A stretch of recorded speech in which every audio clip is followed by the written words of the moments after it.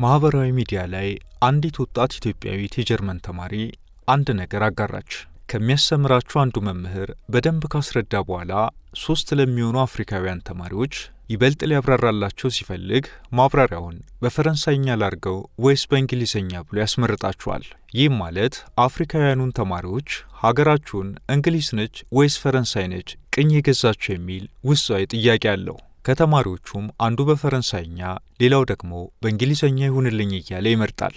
ይህ መምህር ግን ኢትዮጵያዊቷን ተማሪ በስህተት እንኳን በፈረንሳይኛ ወይስ በእንግሊዝኛ ሲል ጠይቋት አያውቅም። ይህንን ስትመለከት በማሳያችን እናሳያችኋለን። አብራችሁን ቆዩ።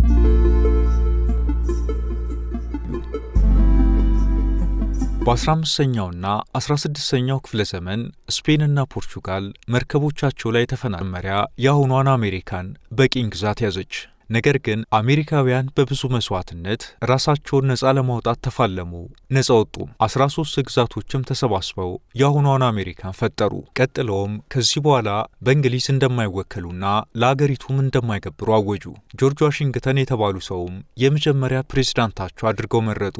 ዛሬ ላይ አሜሪካውያን የነጻነት ቀናቸውን ሐምሌ 4 ላይ ያከብራሉ። አይገርምም? ኢትዮጵያ የድል በዓል ስታከብር ሀያሉ አሜሪካ ግን የምታከብረው የነጻነት በዓልን ነው። ከአሜሪካ በሽንፈት በመባረሯ በውርደት የተሸማቀቁ አፍሪካውያን ባሪያ ሆነው እንደ ሸቀጥ ሲቸበቸቡ እንግሊዝ 3 ሚሊዮኑን ወደ ሀገሯ አግዛለች።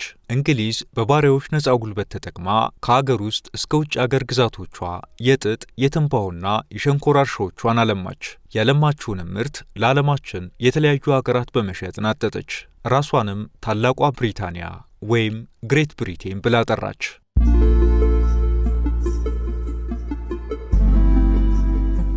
ዓለም የእንግሊዝ ሆነችና ህንድ ላይ ጨለማ ቢሆን ካናዳ ፀሐይ ነው። ጀማይካ ፀሐይ ብትጠልቅ በቅኝ የገዛቻት የሆነች ሀገር ላይ ፀሐይ ወጥታለች። ስለዚህም እንግሊዛውያን በእንግሊዝ ግዛት ውስጥ ፀሐይ አትጠልቅም ብለው ተንቀባረሩ።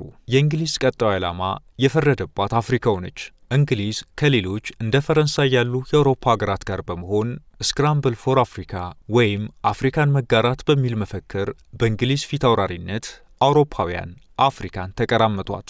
ፊት አውራሪዋ እንግሊዝ ብቻዋን ጋምቢያ፣ ጋና፣ ናይጄሪያ፣ ሴራሊዮን፣ ደቡብ ካሜሮን፣ ኬንያ፣ ዩጋንዳ፣ ታንዛኒያ፣ ደቡብ አፍሪካ፣ ዛምቢያ፣ ማላዊ፣ ቦትስዋና፣ ሌሴቶ፣ ስዋዚላንድ፣ ሱዳን፣ ግብፅ፣ ዚምባብዌ፣ ሶማሌላንድ፣ ሲሸልስና ሌሎችንም የአፍሪካ ሀገራት ወሰደች። ከዛማ የእነዚህን ሀገራት ዜጎች እንግሊዛውያኑ ምድብ ገዦች ገደሉ፣ አፈናቀሉ፣ ጉልበት በዘበዙ፣ ዘረፉ፣ ሌላም ብዙ ግፍ ፈጸሙ። በዚህ ጊዜ ምስጋና ለአያቶቻችን ይሁንና ኢትዮጵያን ይህ በአህጉር ላይ የመጣ መዓት አላገኛትም። እንግሊዛውያኑ በቅኝ ገዝተው የያዟቸው የአፍሪካ ሀገራት እምነታቸውን፣ ቋንቋቸውን፣ ባህላቸውንና እሴታቸውን አጥፍተው የራሳቸውን አሰረጹባቸው፣ ከፋፈሏቸው፣ ለአገዛዛቸው እንዲመቿቸውም አድርገው ሰሯቸው። እንግሊዛውያን ቅኝ የገዙትን በሙሉ በተለይ አፍሪካውያንን ድንበር፣ አጥርና በብሔር ማንነት አከፋፈሏቸው። በመጨረሻም እንግሊዝ በሁለተኛው የዓለም ጦርነት ሁለንተናዊ ጉዳት ስለደረሰባት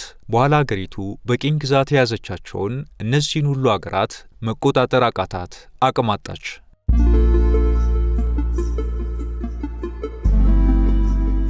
በሁለተኛው የዓለማችን ክፍሎች ለማምጣት እየታተርን ነው። ወደ ኋላ የቀሩና ስልጣኔ የራቃቸው ህዝቦችን እያሰለጠንን ነው። እንደውም የዓለም ባለውለታዎች ነን ይሉ ነበር። ይህንንም እንግሊዞች ሲያብራሩ ቋንቋ፣ ማንነት፣ ስልጣኔ፣ መንግስታዊ መዋቅር፣ ሃይማኖት፣ መንገድ፣ ትምህርት፣ የባቡር ሀዲድ ሰጥተናል፣ ልትከሱን ሳይሆን ልታሞካሹን ይገባል ይሉ ነበር።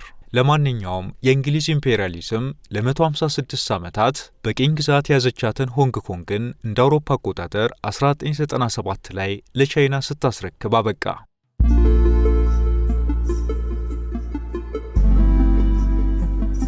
በመስከረም 2022 ላይ ሕይወታቸው ያለፈው የእንግሊዟ ንግሥት ኤልሳቤት ሁለተኛ እስከ ሞቱበት ጊዜ ድረስ በዓለም ላይ የነበራቸውን ስልጣን ለተመለከተ እንግሊዝ ሙሉ ለሙሉ ቅኝ ከመግዛት ነፃ ነበረች ማለት ይከብዳል። የእንግሊዟ ሟቿ ንግሥት ኩዊን ኤልሳቤት ሁለተኛ ከእንግሊዝ ውጪ የ15 ሀገራት ንግሥት ነበሩ። እነሱም 8ቱ ጥቃቅን የካረቢያን ሀገራት ሲሆኑ ሌሎቹ ደግሞ እንደ ካናዳ፣ አውስትራሊያና ኒውዚላንድን የመሳሰሉ ሀገራት ናቸው። እንግሊዝ አሁንም ድረስ ኮንስቲትዩሽናል ሞናርኪ ወይም ሕገ መንግሥታዊ የዘውድ አገዛዝን ትከተላለች። የንጉሣውያኑ ቤተሰብ አሁንም ማንም የማይነቀንቀው አቅም ያለው ነው። የንግሥቲቷ የግል ሀብት ብቻ ወደ $550 ሚሊዮን ይገመታል። በአጠቃላይ የንጉሣውያኑ ቤተሰብ ሀብት እስከ $30 ቢሊዮን ድረስ ይደርሳል። በ96 ዓመታቸው ሕይወታቸው ያለፈው ንግሥት ኤልሳቤጥ ሁለተኛ ማንም የማይጠብቀው መብቶች የነበሯቸው ታምረኛ ሴት ነበሩ። እንግሊዝ ላይ ያለው የዘውዳዊው ስርዓት ያለው ስልጣን ሲምቦሊክ ወይም ተምሳሌታዊ ነው ቢሉም ንግሥቲቷ የእንግሊዝ ቤተ ክርስቲያን ወይም ቸርች ኦፍ ኢንግላንድ ዋና አለቃ ነበሩ። ይህ ብቻ አይደለም፣ የሀገሪቱ ጦር አዛዥም ጭምር ነበሩ። አላደረጉትም እንጂ ሴትዮዋ በፈለጉ ጊዜና ሰዓት የትኛውንም ሀገር ጦርነት የመግጠም መብት ነበራቸው። የትኛውም የእንግሊዝ ሀገር ወታደር ወደ ውትድርና ከመግባቱ በፊት ቃለ መሐላ የሚፈጽመው በንግሥቲቱ ስም ነበር። የንግሥቲቱ አጠቃላይ ዓመታዊ ወጪ እስከ 68 ሚሊዮን ፓውንድ ይደርስ ነበር። ይህ እንግዲህ ከታክስ ከፋዩ ሕዝብ የሚሰበሰብ ገንዘብ ነው። የእንግሊዝ ፓርላማ ስለ ንጉሣዊ ቤተሰቡ ምንም አይነት ጥያቄዎችን መጠየቅም ሆነ የወደፊት ዕጣ ፋንታቸው ላይ መወያየት አይችልም። ፓርላማ የሚወጣቸው ሕጎች የሚጸድቁት በንግሥቲቱ ብቻ ነበር። ንግሥቲቱ ዓለም ላይ ወደ የትኛውም ሀገር ለመሄድ ፓስፖርት አያስፈልጋቸውም ነበር። ንግሥት ኤልሳቤጥ ሁለተኛ የሀገሪቱ ሄድ ኦፍ ስቴትም ነበሩ። በንግሥቲቷ ፊት በመደበኛ ልብስ መቅረብ ማለትም በቱታና በቲሸርት በፊታቸው መታየት የተከለከለ ነው። ለማንኛውም ሰው ንግሥቲቷን መንካት ወይም ማቀፍ ፍጹም የተከለከለ ነው። እንደ ሀገር መሪ እንኳን እሳቸው መጀመሪያ ለመጨበጥ እጃቸውን ካልዘረጉ መሪው ወይም እንግዳው ቀድሞ እጁን መዘርጋት እንደሌለበት ሴትዮዋን ከማግኘቱ በፊት ምክር ቢጤ እንደሚሰጠው ይነገራል። በንግሥቲቷ መኖሪያ የተገኘ እንግዳ ንግሥቲቱ ምግባቸውን ሳይጨርሱ እንግዳው መመገቡን ማቆም አይችልም ይባላል። ንግሥት ኤልሳቤጥ ሁለተኛ ልደታቸውም በዓመት 2 ጊዜ ይከበርላቸው እንደነበር ይነገራል። ምክንያቱ ደግሞ ንግሥቲቱ በትክክል የተወለዱበት ቀን ዝናባማ ስለሆነ ሰዎች አደባባይ ወጥተው የሴትዮዋን ልደት ማክበር ስለማይችሉ በበጋ ወቅት ሌላ የልደት ቀን ተሰይሞላቸው ይከበርላቸው እንደነበር ይነገራል። ንግሥቲቱ በእጃቸው ይዟት የነበረችው ቦርሳ ትልቅ መሳሪያቸው እንደነበረች ይነገራል። ንግሥት ኤልሳቤጥ ሁለተኛ እንግዶችን ተቀብለው እያዋሩ ምቾት ካልተሰማቸው አሊያም ከደከማቸው አለዛም ደግሞ ደህንነታቸው ካሳሰባቸው ለሰራተኞቻቸውና ለጥበቃዎች መልእክቶችን የሚያስተላልፉት በዚች ሁሌ በማትለያቸው ቦርሳቸው እንቅስቃሴ ነበር።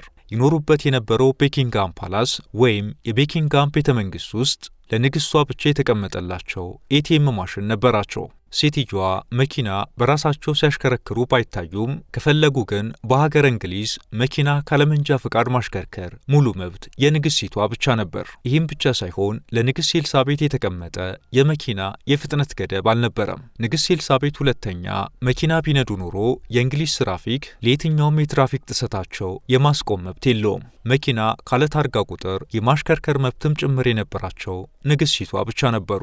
እንዲሁ ታክስ ወይም ግብር ለመንግስት ያለ መክፈል መብት የነበራቸው ንግሥቲቷ ብቻ ነበሩ። ሌላ የሚያስደንቀው ሕግ ንግሥቲቷ ምንም አይነት ጥፋት ቢያጠፉ 100% ያለ መከሰስ መብት ነበራቸው። እንግሊዝ ውስጥ ያሉ ሁሉም አሳ ነባሪዎችና ዶልፊኖች የንግሥቷ የግል ሀብቶች ሆነው ይቆጠሩም ነበር።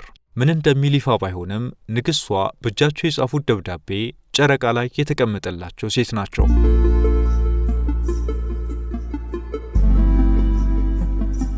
በንግሥትነታቸው ለ71 ዓመታት ያህል የቆዩት ንግሥት ኤልሳቤጥ ሁለተኛ ባለቤታቸው ንጉሥ ፊሊፕ በሞቱ ልክ በዓመቱ ነበር በ96 ዓመታቸው ሕይወታቸው ያለፈው። ከንግሥት ኤልሳቤጥ ሁለተኛ ሞት በኋላ እንግሊዛውያን ቀጣዩዋ ንግሥት ማን ልትሆን ትችላለች የሚል ጥያቄ ነበራቸው። በኋላ ግን የንጉሥ ቻርልስ ሳልሳዊ ባለቤት የሆኑት የ78 ዓመቷ ካሚላ የንግሥትነት ሹመታቸውን ተቀብሏል።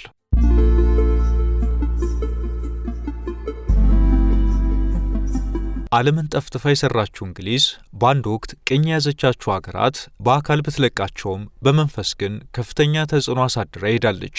እንግሊዘኛ ከሚናገሩ እንግሊዛውያን ቁጥር በላይ እንግሊዘኛን የሚናገሩ ናይጄሪያውያን ይበልጣሉ። አሁን ላይ ከ8 ቢሊዮን ሕዝብ 1.5 ቢሊዮን የሚሆነው የዓለም ሕዝብ እንግሊዘኛ ይናገራል።